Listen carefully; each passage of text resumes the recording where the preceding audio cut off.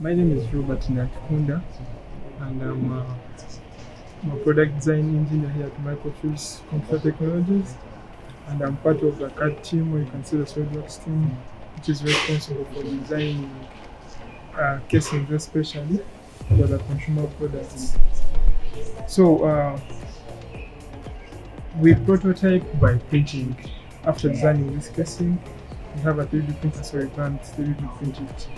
To 3D print something, you cannot print something you don't have. So you have to design it first, and to design it, you have to have a CAD software. CAD is computer aided design. So that CAD software is the one which helps you to design and get something in 3D. But when it's in the CAD software, it's in a soft copy. Everyone has a CAD software that they're working on that with. Here we use SolidWorks. What we want in SolidWorks first. Then after that, you take it to the printer. You do what we call slicing. Slicing is a process used to generate is what we call G codes, because the printer understands G codes. So after designing it here, you convert it into an STL file. Then it is that STL file you take to the slicing software. Now that slicing software converts it into a language that the 3D printer understands. Now originally it can either be a part document, or it could be an assembly, or whatever. What you do, you convert that part document into an STL file, because 3D printing software understands STL files. So when you bring that STL file and import it into the 3D printing software, the 3D printing software does what we call slicing. Now slicing is the process of generating G codes for the printer to print, because that's the language it understands. So these machines in most cases are like people. The computer has its own language, cameras have a language they understand. Also 3D printers have their own language, and that is G codes. So that software converts it into G codes, which G codes are executed when you start the printing process. So to read each code, and then it is able to print out what you ordered it to print. Today, what we are going to print, we call it a fuse mount. It is a small object for mounting. It is like a security feature, or it's a security measure for protecting the fuse sticks. The fuse sticks are microfuse computers made by us. So this is like an object to safeguard them in case they're installed in a school. So it is what you're going to use to fasten them onto a monitor or anywhere, so that they cannot be carried away. So we are going to put a fuse mount, So it is already designed. I already have the design, and the next process is now printing. So what I'm going to do is generate an STL file. Then we are going to move and go to the printing place, and we shall print it from. This is what we call the slicing software. Like I said, at this point, what I have to do is to import the STL file of the file I want to print. It is a mount for the fuse stick computer. This is how it is going to come out when it is printed. This is like a printing plate.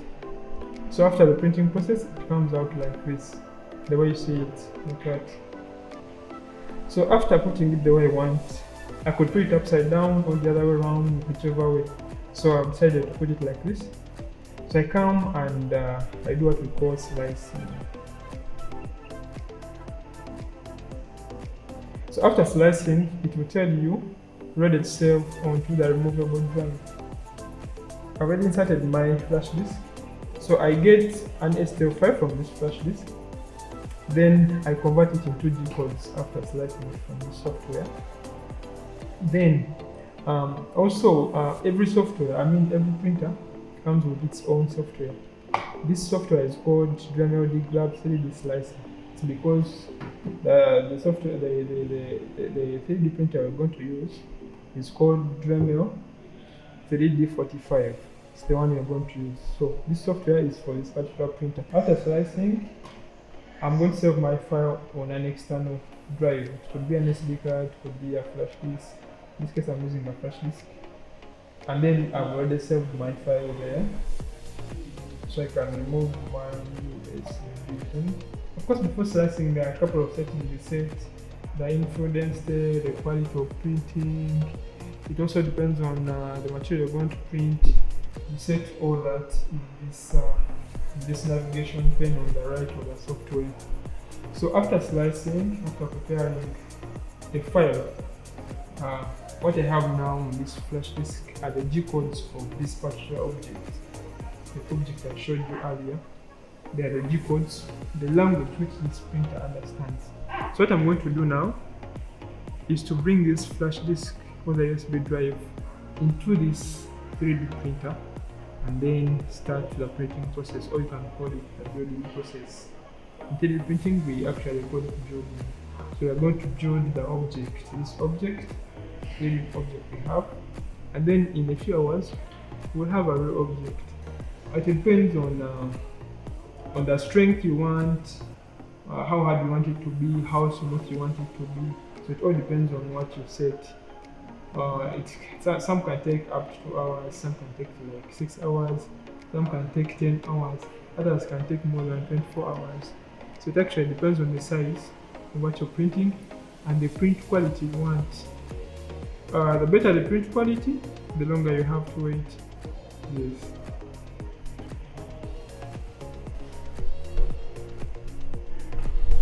This is the 3D printer we are going to use to print. It is called Dremel 3D45. There are some things you have to first do as a way of preparing the printer. First of all, you have to ensure that the printing case is clean. Yes.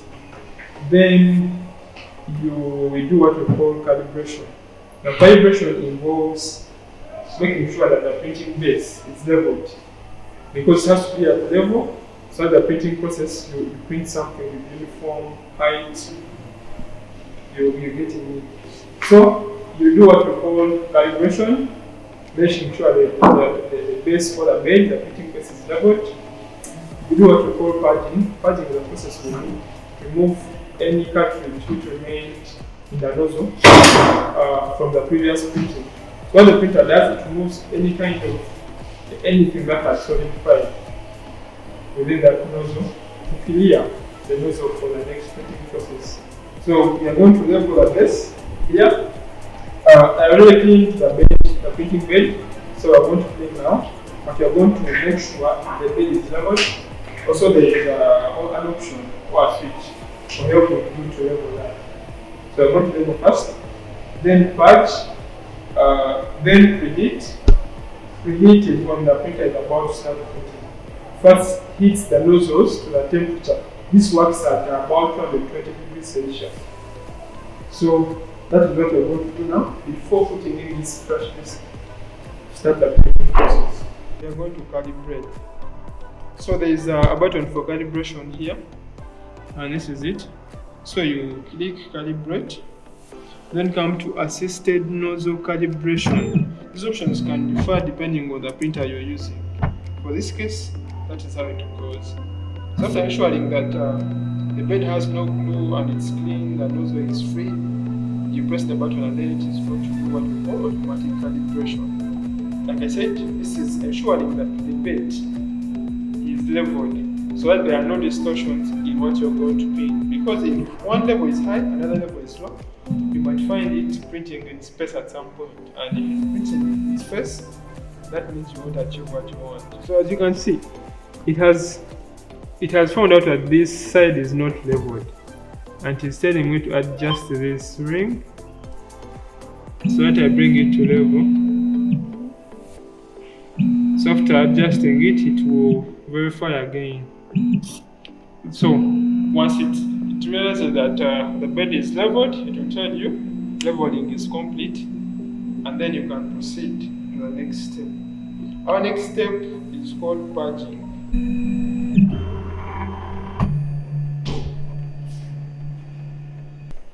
Purging starts with the process of preheating the nozzle.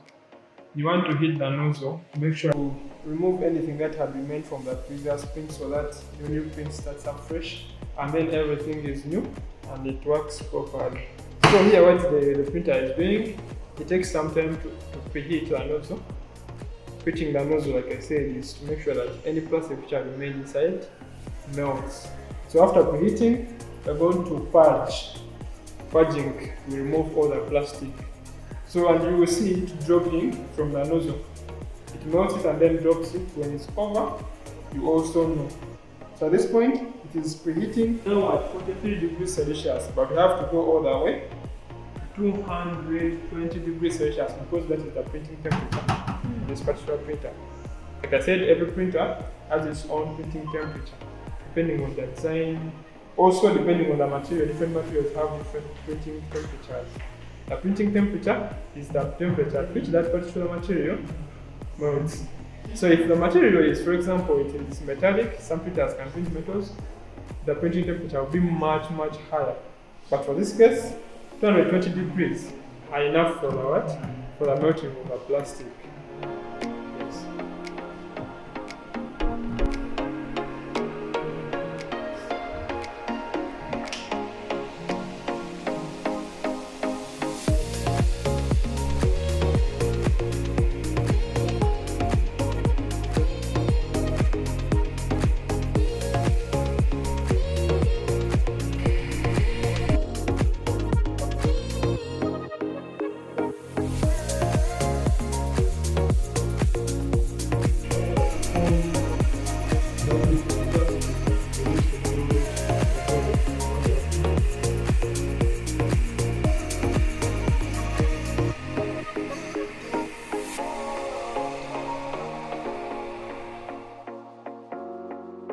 So you need to print something which is bigger than the printer itself.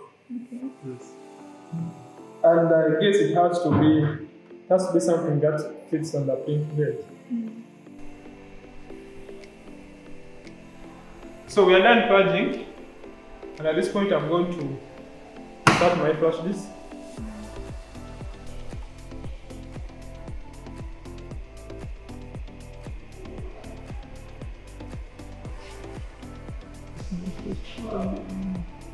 So after that, before printing,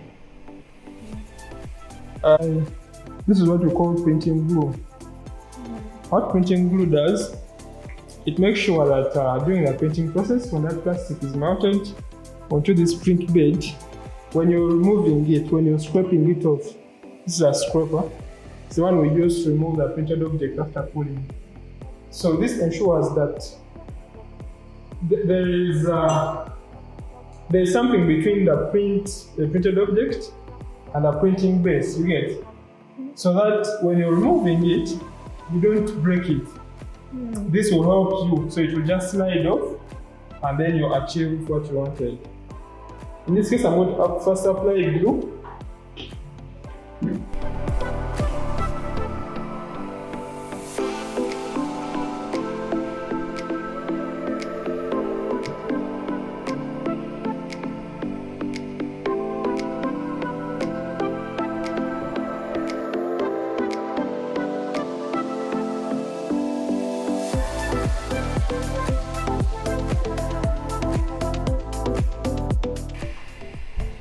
After that, I will close the door and then I come and initiate the printing process. So for printing, there's an option what we call building. What you do, you come to build. After it will indicate that the USB drive is inserted. So in this case, the USB option is here. I come to USB, then it will show me the contents of my USB. My object I want to print is this particular object. When I scroll down, I'll be able to see the object. So I click on it, and here it is showing me the estimated time, the print time, which is 6 hours and 34 minutes. So at this point, if I want to proceed and print, I'll just come here and do what? Build. So I'll come and press the build version. And what it is going to do is to copy the file first to its system. Make sure that even when I remove this flash disk, printing process is not cancelled. So at this point, when it starts, I can even move my flash disk, and then the printing process will continue until it's done. So after initiating the printing process, first verify it again whether the bed is leveled. At this point, what it is doing is verifying whether the bed is leveled from all directions, from all sides. Then after that, it's going to start. During the leveling process, it also preheats the filament or the nozzle, so that by the time the printing process starts, it is at the right temperature. Also, when you're printing, one of the precautions, you have to make sure that this door is closed. When it's open, the printer will notify you that the door is open, and therefore it will ask you to close it. At this particular point, I don't expect the door to be open. That's why it is closed until the printing process is complete.